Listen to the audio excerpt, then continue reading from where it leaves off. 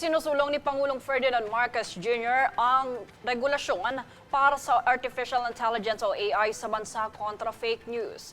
At pinag-aaralan na rin ng palasyo ang benepisyong hatid nito sa edukasyon at infrastruktura. Tunghayan ang ulat mula kay Jovi Rodriguez.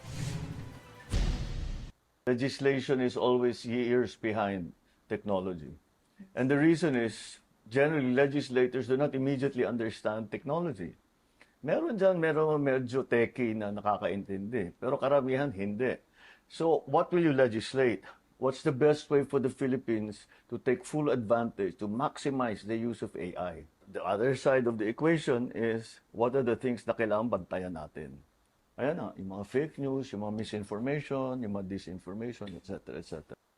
Kasalukuyang pinag-aaralan ngayon ni President Ferdinand Marcos Jr. ang pagsusulong sa batas para sa mas malawakang benepisyong hatid ng Artificial Intelligence o AI para sa mga Pilipino. Ayon sa Pangulo, marami umanong posibilidad na mapakinabangan ng AI sa bansa, maging sa sektor ng edukasyon, infrastruktura at iba pa.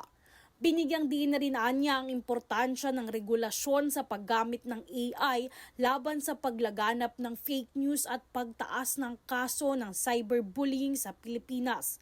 Kaugnay nito, kamakailan lang ay nagsagawa ng nationwide survey ang Tangire at napag-alaman ang nakakabahalang harassment at bullying online.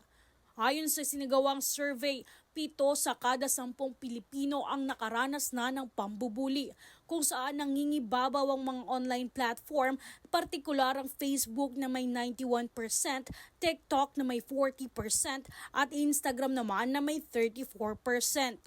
Samantala, ang mga Pilipino ang pinakamalaking users ng internet, kaya naman ayon sa Pangulo, hindi pa rin maiwasan ang cyberbullying at cancel culture dahil maraming netizens ang nakaikot ang buhay sa online o social media lamang. Jovi Rodriguez, nag-uulat para sa Golden Nation Network. Common sense reform kung ituring ni Senator Erwin Tulfo nitong Martes ang panukalang bigyan ng lifetime validity ang identification card ng mga taong may permanenteng kapansanan. Sa kanyang inihain na Senate Bill number 1405, layong amyendahan ang Republic Act number 7277 o ang Magna Carta for Person with Disability, para hindi na kailangan pa na paulit-ulit na i-renew ang ID dahil ang mga permanenteng kapansanan ay hindi gumagaling, bumubuti o nawawala. Sa panig ng Social Welfare and Disability Agencies, inihahanda na ang revised administrative order para sa panukalang batas.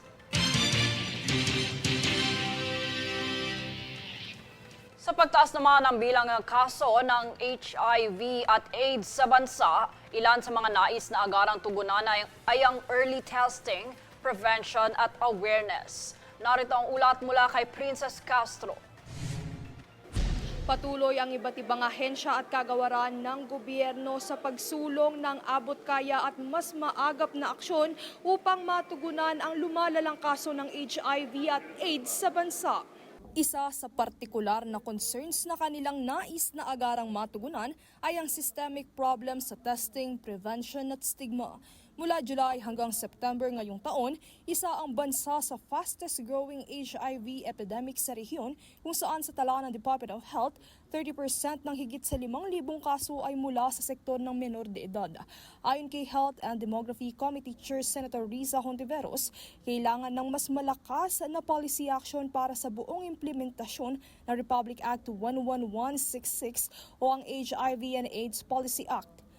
The message is clear.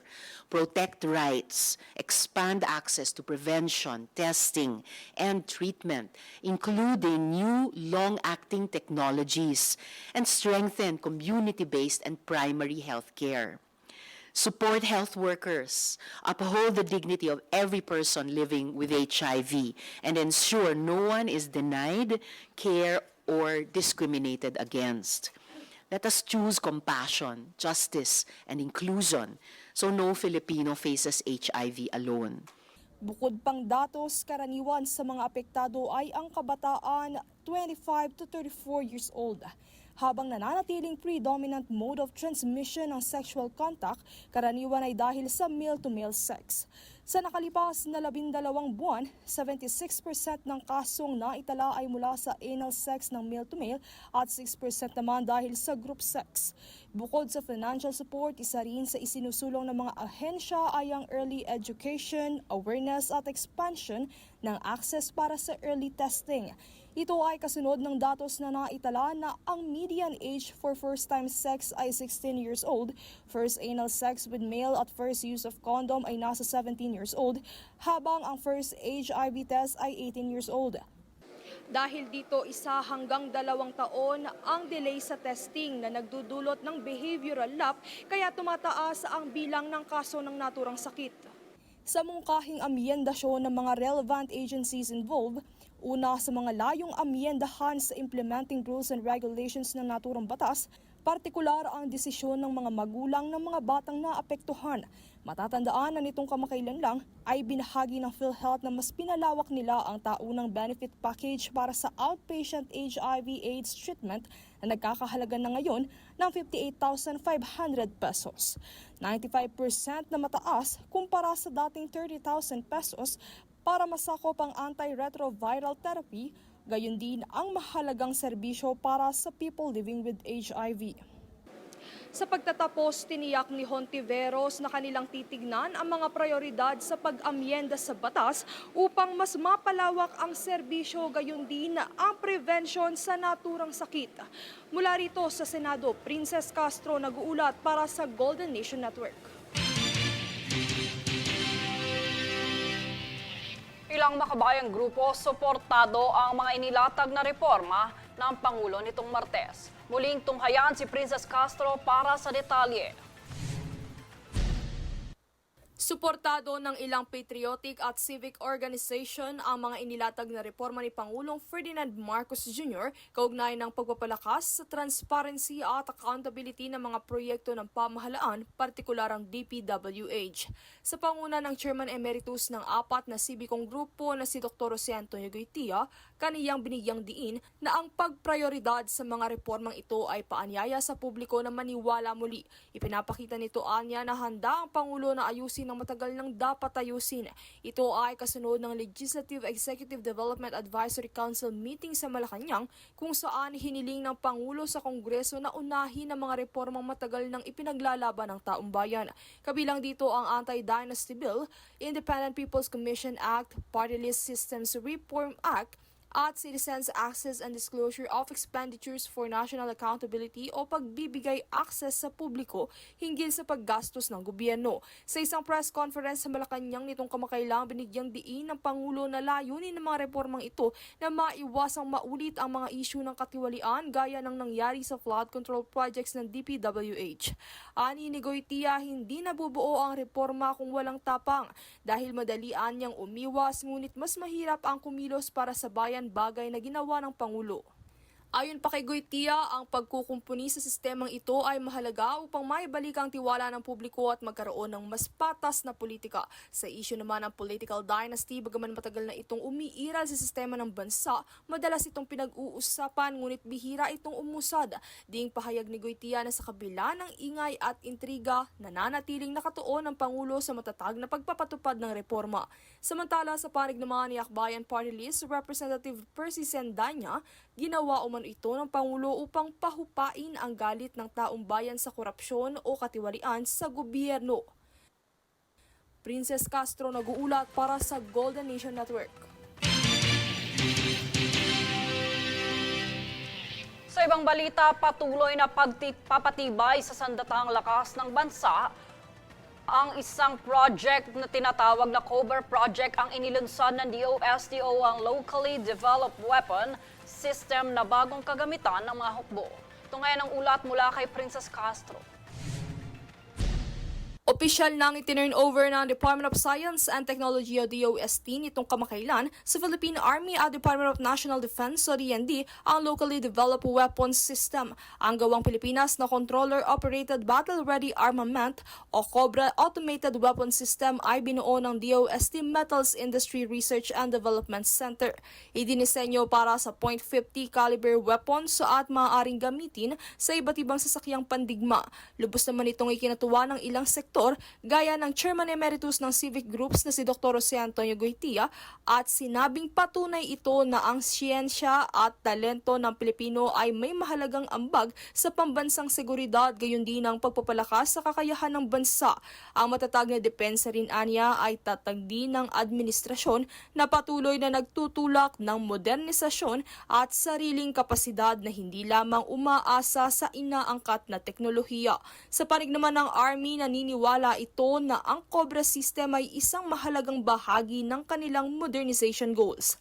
Pinatitibay nito anila ang mobility, precision at mission adaptability kasabay ng pagbabawas sa pagdepende sa dayuhang kagamitan.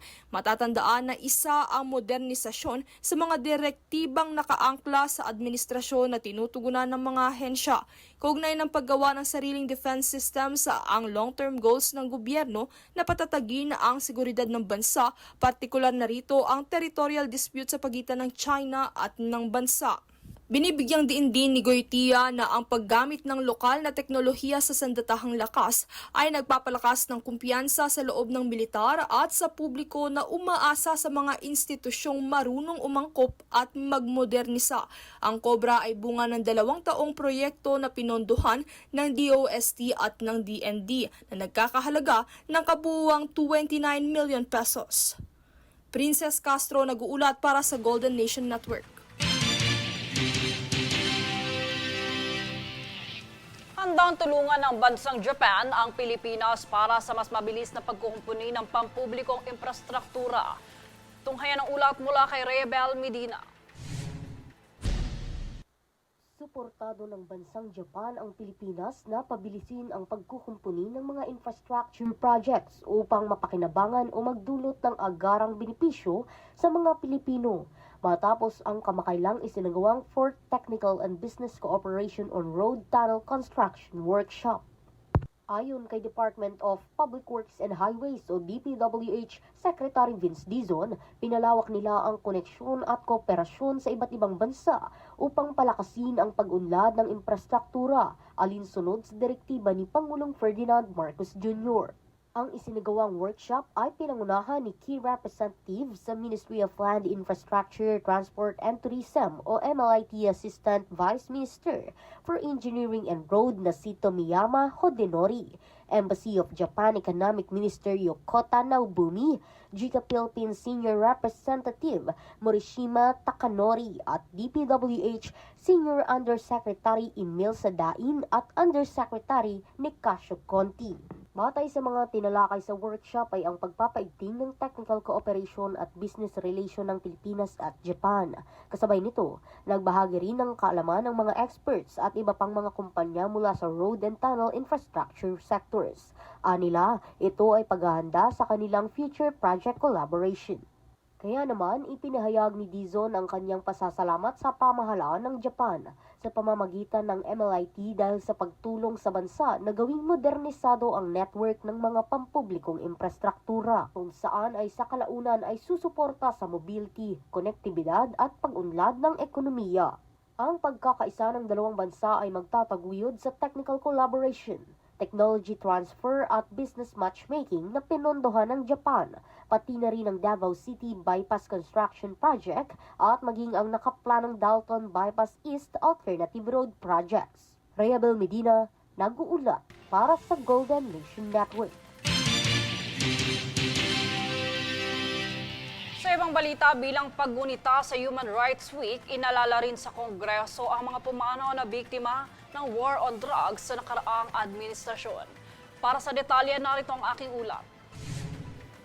Bilang pagsulong sa hustisya para sa mga nagdaang biktima ng war on drugs sa nakaraang administrasyon, ginunita dito sa Kongreso ang program Paghilom, kasama ang mga kapamilyang naiwan bunsod ng karahasan.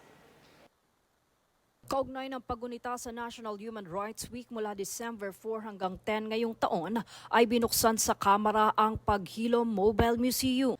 Ang nasabing Mobile Museum ay isang immersive at advocacy-driven na exhibit sa iba't ibang lugar na may dalang kwento mula sa alaala at paghilom tungkol sa mga apektado ng extrajudicial killings o EJK. Dumalo sa nasabing kaganapan ang mga naiwang pamilya ng mga biktima ng Oplan Tokhang kasama sina Akbayan Party List Representative Shell Jokno, Tingog Party List Representative Jude Asidre at Magsaysay Awardee Father Flavie Villanueva. Kaugnay ng paggunita sa Human Rights Week, muling inilunsad sa Kongreso ang mambabatas para sa karapatang pantao o makatao na naglalayon sa patuloy na pagsulong ng hustisya para sa mga biktima ng war on drugs. The initial purpose was clear, to support the passage of the anti-torture and anti-enforced disappearance bills. At nagtagumpay po dahil parehong panukalang batas ay naisabatas. It led to the proposal to form mambabatas para sa karapatang pantao or makatao. Dito kanila ring inihayag ang kanilang protestang isasagawa sa ika-10 araw ngayong buwan sa Liwasang Bonifacio upang ipaglaban ang karapatang pantao na siyang bahagi ng Human Rights Week. Jade Buhoy, nag-uulat para sa Golden Nation Network.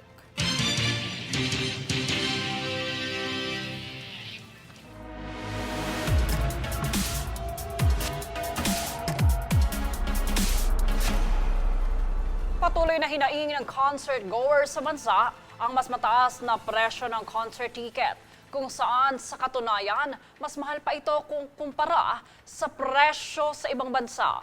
Halimbawa nito ay ang 22,600 pesos na presyo ng isang VIP seat sa concert ni BTS member J-Hope sa bansa, habang nasa 14,000 pesos lamang ito sa isang VIP seat sa Indonesia. Ilan sa itinuturong dahilan ng mamahaling presyo ng concert ticket sa bansa ay ang umano'y sandamakmak na permit na kailangang bayaran ng artist bago ang concert. Mas mataas na production cost dahil sa importation ng materyales bunsod ng limitadong local supply at ang talamak ng mga scalpers. Samantala, suportado naman ng concert organizers ang pagsisiyasat dito upang mahigpit na mabantayan at matigil na ang pagdami, pananamantala at overpricing ng scalpers. At narito ang recap ng mga nagbabagang balita ngayon. Sa ulo ng mga balita, TNVS drivers na magkakansela ng booking ng pasahero, pagmumultahin ng LTFRB. Full alert status ng PNP sa Simbang Gabi, sisimulan na sa December 16. Cheaper domestic flights, panawagan ni Senator Erwin Tulfo kaugnay ng holiday travels. Lifetime validity ID ng permanent PWDs, itinutulak maisabatas. Project Cobra na locally developed weapon system, bagong kagamitan ng Philippine Army. At karapatang pantao sa mga biktima ng tukhang, patuloy na panawagan ng mga pamilyang naiwan. Patas at pantay na balita, komprehensibong ulat para sa pulso ng masa. Ito ang News Force.